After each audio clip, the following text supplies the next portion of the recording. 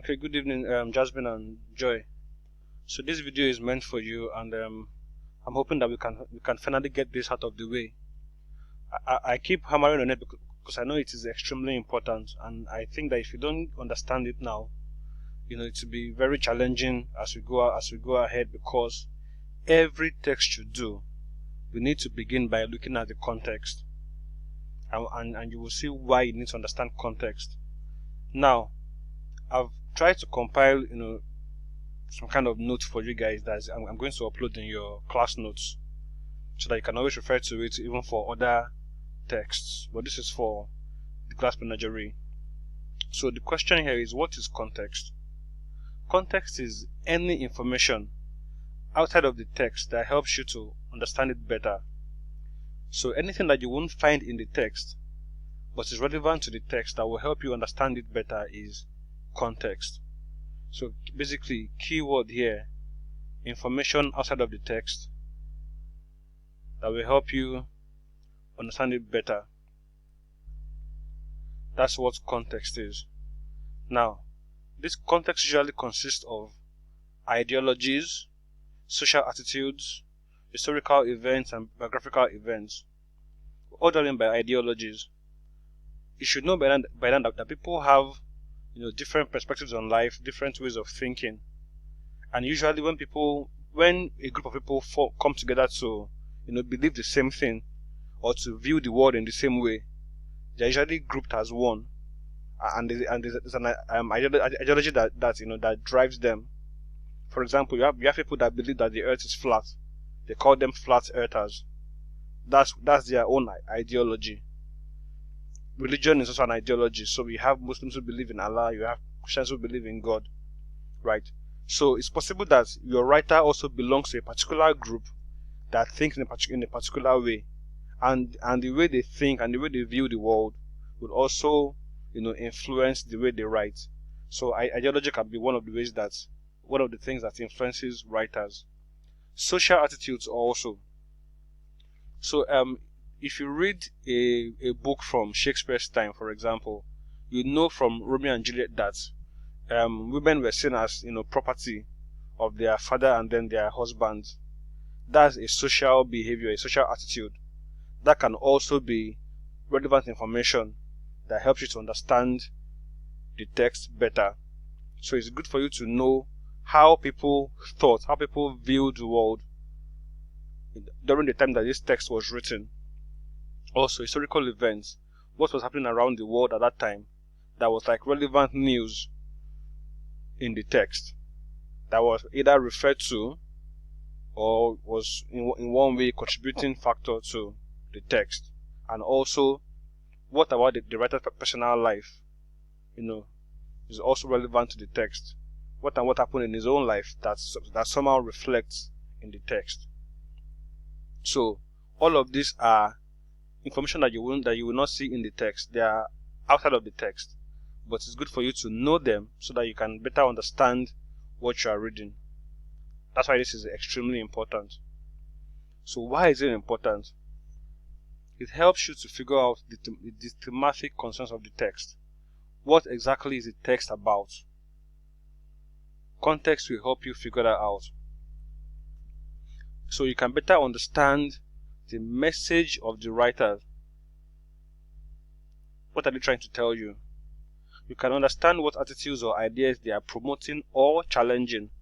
Many books are written to either promote some ideas or challenge other ideas. So knowing context will help you to understand what ideas are promoting and what they are challenging. And then it will also help you to know what the writer's views on life and human nature are. Everybody has a particular way that they view life and human nature, and that can reflect in what they write, in the way they write. So that is what context is, and that is why it is important. So there is no way you can analyze a literary text without knowing a bit of the background, the relevant information that surrounds it, that you will not see in the text, right? So what contextual details should you know? Now, for this particular text, and for all texts in fact, one that you need to know first of all, is the biographical context. So what aspects of the writer's life are relevant to this text? And luckily for you, this particular text is very, very autobiographical. There are many aspects of the writer's life that reflect in the play. As we've learned in class, William's real name is, we know him as Tennessee Williams, but his real name is Thomas, actually. Thomas Williams. And you can see the link between Thomas and Tom in the play. Tennessee, was a nickname actually for him that comes from his father's home state. William's mother, Evelina, had been a Southern belle, and you can see the connection between William's mother and Amanda in the play. His father was both tyrannical and frequently absent. Now, the father in the Great Menagerie was not even there at all, but you can still see the link, because William's real father was never around. There was a telephone salesman who was always traveling. Williams was very close with his other sister Rose, and you can see the link between her and Laura in the play, right? In 1943, Rose underwent a prefrontal lobotomy, and Williams felt guilty that he hadn't been able to help her more. So in the same way that Rose was helpless, you can see how Laura also was helpless, and Tom felt responsible for her. And so what really bothered him was that was unable to be there for her, was unable to help her. So you can also see the link there, right? And then they wrote here that the Great Menagerie is a memory play for both Tom Wingfield and Tom Tennessee Williams, as they try to overcome their regrets and to reconcile themselves with the past. So you can see how knowing context is important. Now you already know that in the play, Tom is trying to overcome his regrets and trying to reconcile himself with the past, because as you've learned, the entire play is a memory play. So what we are seeing on stage is what Tom was remembering. Is that okay? So that's the link between biographical context and this play, and we can already see how that helps us to understand one of the themes in the play: people trying to reconcile with the past, people trying to make up for what they think they've done wrong. Now the next contextual information that you should know is historical. Now there's a lot here. Now I would advise you guys to read it, but I'll give you a quick rundown. Now the play was written in 1930. Was written in the 1940s after World War II, but it was set in 1937 to 39, just before World War II began. Right, so it was written after World War II, but set before World War II, and it's important for you to know that this was a very, very, very, very eventful time in world history. There was a lot going on. It was the build up to World War II, so there were so many things happening at the same time, that caught Tom's interest, just like it would have caught everybody else's interest. One of them was the Spanish Civil War that was happening. It was like a dress rehearsal for World War II. People for the first time saw how destructive, the new weapons that had been invented were, right? Neville Chamberlain also was a key player here. Adolf Hitler too was a key player. Now, why is this relevant? Why should you know this? In this play, you will learn that Tom was trying very hard to escape his reality. He was not happy with the way things were around him. So he felt that the best way to do that was to pretend as if it didn't exist. He was always going to the movies, right? And he was always, basically in self-denial. So that need to escape, that need to, to have a more interesting life, right, was is linked to these events around the world. So the world is like a movie. Everything is, so many things are happening, but Tom's life is very boring. It's almost like he's stuck in his existence. So what he wants, what he longs for, is that sense of adventure that World War II was seemed to be promising. So for him, that build up to World War II was like created a sense of adventure that he was longing for.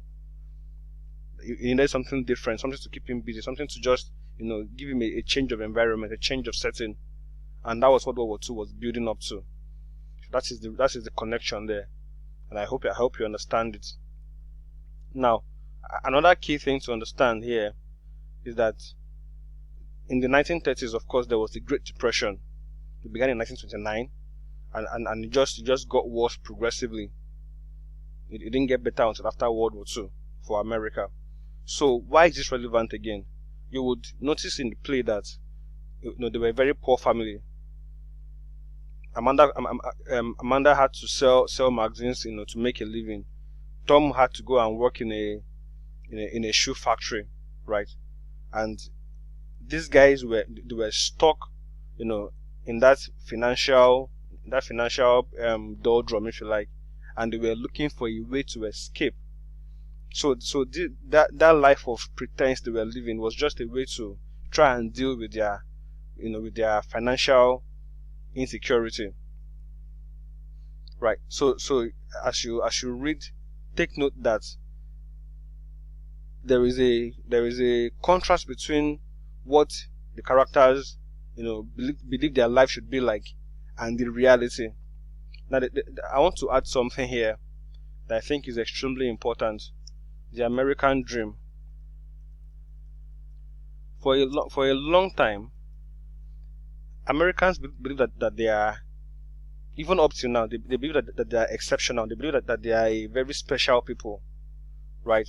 And they believe that you as a person, if you work hard, you can achieve anything. So the American dream is a dream that if you work hard, if you are creative, if you are bold, if you are adventurous, you will live a very prosperous life. But the reality was that not everybody was able to pursue that American dream, right? Tom hoped that he could pursue it by going on an adventure, by joining the merchant marine, right? Amanda believed that she could live that life by pretending to be a young, beautiful woman that had many gentleman colors. That was her own idea of the American dream. That was her own way of trying to escape into that reality. But the fact was that their own real life was nothing like what the American dream promised. So that's also a key detail to note here. So that economic depression, their economic problems, basically killed that American dream for them. And so their only option was now to look for a way to escape. Also, there are some social details here. So I should also include here the popularity of movies. Apart from the fact that Amanda was a Southern belle that believed in gentleman colors and debutante balls, right? There was also this idea of people, always going to the movies. It wasn't because that they loved movies so much. It was just a way of escaping their reality. It was a way of keeping themselves busy, so that they don't have to focus on their very sad, pathetic lives, right? So it was very common for people to look for any way, any means to try to escape reality, right? So those are the social attitudes that you should be looking out for, in addition to the one that they've explained to you here, right? Tom was just one of many young men that were living that kind of life. They are stuck, but they are dreaming of something. They are hoping that very soon that they'll be able to escape, that sticky situation. I'll have to stop here now. I'll continue the video. I'll make a second video because the most important part now I haven't gotten to it.